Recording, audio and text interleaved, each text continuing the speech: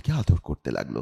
এভাবেই কাজের মেয়ের সাথে মধুর মিলনে মগ্ন হয়ে গেল মুন্না আর কাজের মেয়ে ফুলি। ফুলি ঘরের ফ্লোর পরিষ্কার করছে। ফুলির গলায় থাকা স্বর্ণের চেনের দিকে চোখ পড়ল ফুলি যে বাসায় কাজ করে ওই বাসার মালিকের স্ত্রী রুমার। রুমা ফুলির গলার স্বর্ণের চেনের দিকে হাত দিতে যাবে, ফুলি হাত দিয়ে স্বর্ণের চেন ঢেকে দাঁড়িয়ে পড়ল। কিরে, তুই আমাদের বাড়ির কাজের মেয়ে হয়ে স্বর্ণের চেন পেলি কোথায়? নিশ্চয় চুরি করেছিস। এই কথা বলে হাতের দিকে তাকাতেই দেখতে পেল হাতে স্বর্ণের বালা, স্বর্ণের আংটি। একজন কাজের মেয়ের কাছে এতগুলো স্বর্ণের অলংকার দেখে রুমার সন্দেহটা পুরোপুরি বেড়ে গেল। রুমা আবারও জিজ্ঞাসা করলো, সত্যি করে বল, তুই আমাদের বাড়ি কাজ করিস, অথচ এত স্বর্ণের অলংকার কোথায় পেলি? তুই কি আমার অলংকারগুলো চুরি করেছিস? আপামনি, আপনি এগুলা কি কইতাছেন? আমি আপনাকে বাড়ি কাম করি দেখে আমার কি কোনো সকাল্লাদ নাই? আপনি আমার কাছে যেগুলো দেখছেন এই সবগুলোই হচ্ছে ইমিটেশন। কোনটা ইমিটেশন আর কোনটা স্বর্ণের সেটা কি আমি চিনি না? আমাকে কি বোকা পেয়েছিস? সত্যি করে বল, এগুলো কোথা থেকে চুরি করেছিস? তা না হলে আমি তোকে এক্ষুনি পুলিশে দেব। জবাবে ফুলি বলল, দেখেন ম্যাডাম, আপনাদের বাড়িতে কাম করি মেলা দিন হইল। আপনারা যে টাকা বেতন দেন ওই টাকা একটু একটু করে জমাইয়া আমি এই স্বর্ণের অলংকারগুলা বানাইছি। আমি কাম কইরা খাইতে পারি, কিন্তু চোর না। ওদের কথার মাঝে রুমার স্বামী মুন্না এসে জিজ্ঞাসা করলো, কি ব্যাপার, কি হয়েছে? এখানে তো চিল্লাচিল্লি করছো কেন? দেখেছো আমাদের বাড়ির কাজের মেয়ে, অথচ ওর হাতে ওর গলায় কত স্বর্ণ অলংকার। এগুলো নিশ্চয়ই চুরি করেছে। তা না হলে এত টাকাও কোথায় পেল? ফুলি এবার কাঁদো কাঁদো হয়ে বললেন, স্যার বিশ্বাস করেন, আমি এইগুলা চুরি করি নাই। আমি কষ্ট করে ইনকাম করে এইগুলা বানাইছি। ফুলির কথা শুনে মুন্না রুমাকে একটা ধমক দিয়ে বলল, দেখো, তুমি একটা কাজের মেয়েকে এভাবে মিথ্যা অপবাদ দিতে পারো না। তোমার ভুল হয়েছে, এক্ষুনি তুমি ফুলির কাছে ক্ষমা চাও। মুন্নার ধমকে ফুলি ভয় পেয়ে বলতে লাগলো, আমার ভুল হয়ে গেছে রে ফুলি, তুই আমাকে ক্ষমা করে দে। মুন্না ফুলির দিকে তাকিয়ে একটা মুচকি হেসে ইশারা দিয়ে ওখান থেকে চলে গেল। ফুলিও মুন্নার ইশারায় হাসি মুখে মুন্নার পেছন পেছন চলে গেল। রুমা মুন্নাকে অনেক ভালোবাসে, তাই মুন্নার মুখের উপর কখনোই কথা বলে না। ওরা চলে যাবার পর রুমা রুমার ভাই সাদ্দামকে কল করলো। সাদ্দাম কল রিসিভ করে বলতে লাগলো, কিরে বোন, কেমন আছিস? ভালো আছি ভাইয়া, কিন্তু ভাইয়া জানো কি হয়েছে? আমাদের বাড়ির কাজের মেয়ের উপর আমার একটু সন্দেহ হচ্ছে। ওর হাতে গলায় স্বর্ণের অলংকার, আমার মনে হয় ফুলি এগুলো চুরি করেছে। এখন কি করা যায় বলো তো দেখি? বোনের কথা শুনে সাদ্দাম একটু চিন্তা করে বলল, হুম, তুই কি তোদের বাড়ির কাজের মেয়েকে সন্দেহ করিস? একজন কাজের মেয়ে যদি এত স্বর্ণালংকার পরে, তাকে সন্দেহ করব না তো কি করব বলো? সাদ্দাম ফুলির কথা বুঝতে পেরে বলল, শোন, তোকে একটা বুদ্ধি দেই, তুই ঘরে একটা সিসি ক্যামেরা লাগা। তবে হ্যাঁ, এটা কিন্তু খুব গোপনে লাগাতে হবে, মুন্না যেন কোনোভাবে জানতে না পারে। সাদ্দামের কথা শুনে রুমা বলল, হ্যাঁ ভাইয়া, তুমি ঠিকই বলেছ, আমি আজই ঘরে গোপন ক্যামেরা লাগাবো। পরদিন মুন্না খাটের উপরে বসে মোবাইল চাপাচাপি করছে, আর পাশে ঘর পরিষ্কার করছে ফুলি।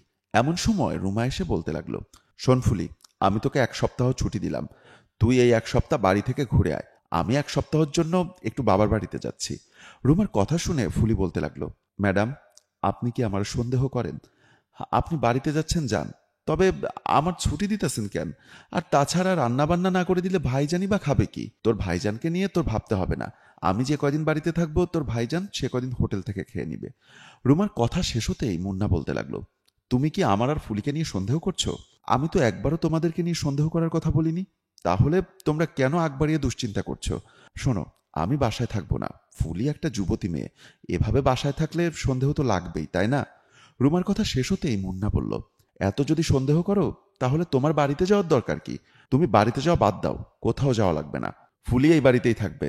তোমার মন চাইলে বাবার বাড়িতে যাও, আর মন না চাইলে যাবার দরকার নেই। মুন্নার কথা শুনে রুমা বলল, আচ্ছা ঠিক আছে, তাহলে তোমরা থাকো, আমি বাড়ি থেকে ঘুরে আসি। এ কথা বলে রুমা ওখান থেকে চলে গেল। মুন্না আর ফুলি দুজন দুজনের দিকে হাসি মুখে তাকিয়ে রইল।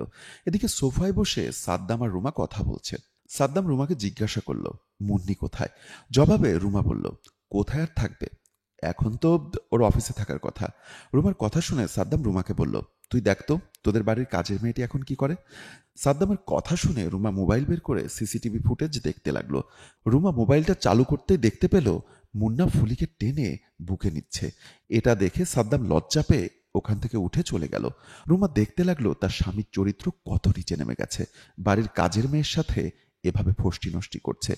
কিছু সময় স্বামীর কাজের মেয়ের সঙ্গে রোমান্স করা সিসিটিভি ফুটেজ দেখে রুমা মুন্নাকে কল দিল।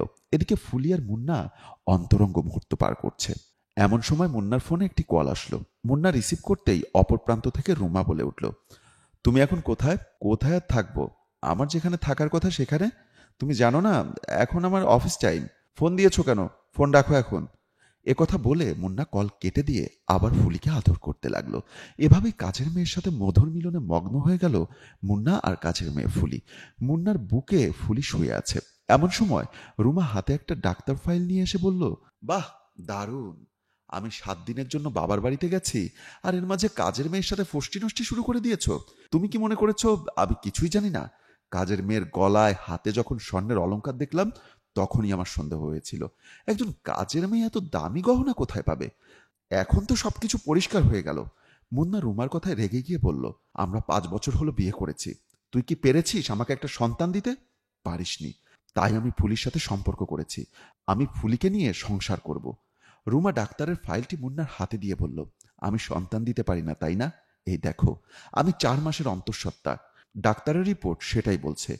আমার যদি মা হবার ক্ষমতা নাই থাকতো তাহলে আমি কিভাবে 4 মাসের গর্ভবতী হলাম? মুন্না ফাইলটি নিয়ে দেখতে পেলেন সত্যি সত্যি মুন্নার স্ত্রী 4 মাসের গর্ভবতী। মুন্না বুঝতে পারলেন একটা সন্তানের আশায় নিজের বউকে অবহেলা করে কাজের মেয়ের সাথে অবৈধ সম্পর্ক করে কতটা ভুল করেছে। তাই তো মুন্না রুমার হাত ধরে ক্ষমা চাইতে লাগলো। বন্ধুরা, আমার এই গল্পটি যদি আপনাদের বিন্দু পরিমাণ ভালো লেগে থাকে তাহলে অবশ্যই লাইক, কমেন্টস এবং শেয়ার দিয়ে আমাদের সঙ্গেই থাকবেন। ধন্যবাদ সবাইকে।